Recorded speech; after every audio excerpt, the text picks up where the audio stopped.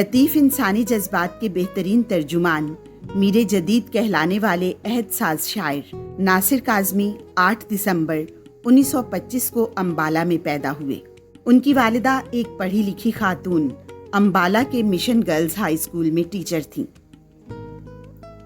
ناصر نے 5ویں جماعت تک اسی اسکول میں تعلیم حاصل کی۔ بعد میں ماں کی نگرانی میں گلستان، بوستان، شاہنامہ فردوسی، قصہ چہار درویش، فسانہ آزاد، الف لیلا، صرف و نحو اور اردو شاعری کی کتابیں پڑھیں۔ بچپن میں پڑھے گئے داستانوی ادب کا اثر ان کی شاعری میں بھی ملتا ہے۔ ابتدائی تعلیم امبالہ اور ثانوی تعلیم شملہ میں حاصل کی۔ اعلیٰ تعلیم کے لیے لاہور آ گئے اور 1941 میں اسلامیہ کالج لاہور میں FA میں داخلہ لیا۔ اسی دوران پاکستان معارض وجود میں آیا۔ شاعری کا باقاعدہ آغاز اسی دور میں ہوا۔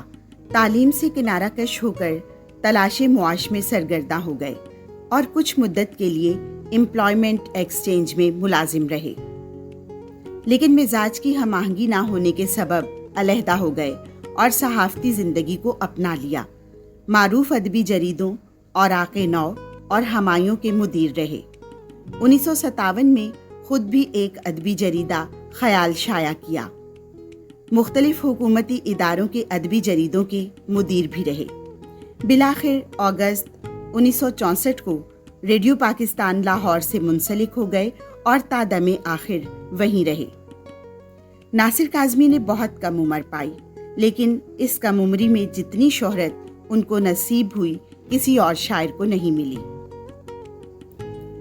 کلاسیکل شعراء میں وہ سب سے زیادہ میر تقی میر سے متاثر ہوئے اور اس کے علاوہ فراق، غالب اور دیگر اساتذہ کے کلام سے بھی اکتساب فیض کیا۔ تاہم روایتی غزل کے احترام کے باوصف اپنی شاعری میں جدید رنگ اور حسن ادا کو بھرپور انداز میں شامل رکھا۔ اسی عام فہم انداز فکر اور اسلوب کے باعث ناصر عوامی شاعر بن گئے۔ دل دھڑکنے کا سبب یاد آیا، وہ تیری یاد تھی اب یاد آیا، حال دل ہم بھی سناتے لیکن جب وہ رخصت ہوا تب یاد آیا۔ ناصر کاظمی نے بر صغیر کی آزادی کے ہنگام کو دیکھا اور اس کے ہمراہ آئے۔ دکھ اور آلام ان کی روح کو جھنجھوڑ گئے۔ ہجرت کے صدمے سے دوچار ایسی ہی کسی کیفیت میں ناصر نے کہا ہوگا، تو جو اتنا اداس ہے ناصر، تجھے کیا ہو گیا بتا تو سہی۔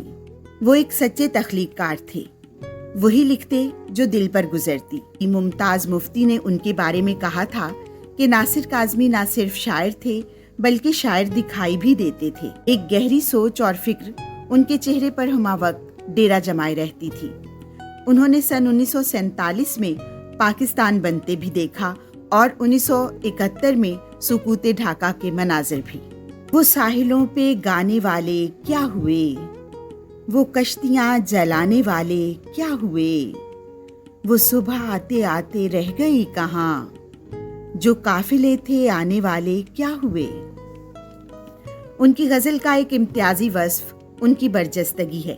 یہ برجستگی شاعر کی غیر معمولی گداز، رچاؤ اور انہماک کو ظاہر کرتی ہے۔ شروع میں نے دراصل اس لیے کی کہ یوں لگتا تھا مجھے کہ جو خوبصورت چیزیں باہر میں فطرت میں دیکھتا ہوں وہ میرے بس میں نہیں آتی، میری گرفت میں نہیں آتی اور نکل جاتی ہیں اور چلی جاتی ہیں۔ کچھ لمحے، کچھ وقت جو مر جاتا ہے وہ زندہ دوبارہ نہیں ہو سکتا۔ میں سمجھتا ہوں کہ وہ شاعری میں زندہ ہو سکتا، اس لیے شاعری شروع کی۔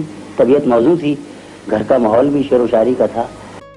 وہ ان اشعار میں زیادہ نمایاں ہے جو روزمرہ استعمال میں ہونے والے الفاظ سے تشکیل پاتے ہیں اور فارسی کی بوجھل تراکیب سے پاک ہیں۔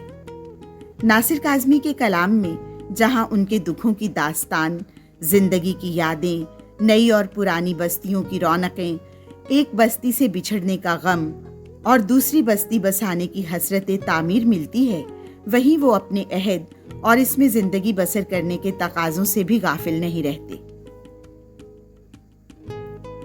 ان کے کلام میں ان کا عہد بولتا ہوا دکھائی دیتا ہے۔ غزل کا احوال دلی کا سا ہے، یہ بار بار اجڑی ہے اور بار بار بسی ہے۔ کئی بار غزل اجڑی لیکن کئی بار زندہ ہوئی، اور اس کا امتیاز بھی یہی ہے کہ اس میں اچھی شاعری ہوئی ہے۔ ناصر کاظمی کا یہ قول ان کی شاعری پر پورا اترتا ہے۔ ایک ایسے دور میں جب غزل مطلوب تھی، ناصر کاظمی ایسے منفرد غزل گو کے طور پر ابھرے جنہوں نے نہ صرف اجڑی ہوئی غزل کو نئی زندگی دی، بلکہ فطرت اور کائنات کے حسن سے خود بھی حیران ہوئے اور اپنے تخلیقی جوہر سے دوسروں کو بھی حیران کیا۔ احساس تحیر ہی ناصر کی شاعری کی وہ خوشبو تھی جو فضاؤں میں پھیل کر اس میں سانس لینے والوں کے دلوں میں گھر کر لیتی ہے۔